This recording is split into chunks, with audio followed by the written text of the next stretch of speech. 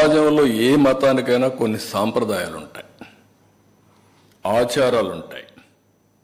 ఎవరైనా సరే అక్కడికి పోవాలంటే గౌరవించి తీరవలసిందే. దేవుని యొక్క ఆచారాలు సాంప్రదాయాల కంటే వ్యక్తుల ప్రమేయం కానీ ఏ వ్యక్తి కానీ గొప్పవాడు కాదు. ఈ విషయం మనం గుర్తుపెట్టుకోవాల్సిన అవసరం ఉంది. దేవుడి ఆచారాలని, భక్తుల మనోభావాలను ప్రశ్నించేలా, ధిక్కరించేలాగా ఎవరూ ప్రవర్తించకూడదు. ఇప్పుడు కలియుగ వైకుంఠమైన తిరుమల వెంకటేశ్వర స్వామి హిందువులకి అతిపెద్ద పుణ్యక్షేత్రం. అది హిందువులకు అందరికీ ఒక దివ్యక్షేత్రం. ప్రతి ఒక్కరికి ఒక కోరిక, జీవితంలో ఒక్కసారైనా వెంకటేశ్వర స్వామి దగ్గరికి వెళ్ళి దర్శనం చేసుకొని మొక్కులు తీర్చుకోవాలి అనేది ప్రతి ఒక్కరి యొక్క కోరిక. ఇవన్నీ కూడా అది మన రాష్ట్రంలో ఉండడం తెలుగువారి అదృష్టం. అలాంటి భక్తులు అత్యంత పవిత్రంగా భావించే ఈ క్షేత్ర పవిత్రను కాపాడవలసిన బాధ్యత ప్రతి ఒక్కరిపైన ఉంది.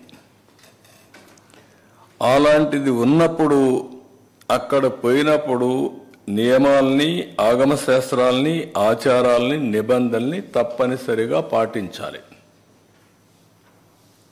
అలాంటి పాటించకపోతే కొందరి మనోభావాలు కూడా దెబ్బతినే పరిస్థితి వస్తుంది. అందుకే ఈరోజు అతను మాట్లాడిన మాటలు చూస్తే నేను వెళ్తాను, అవి కరెక్ట్ కాదు.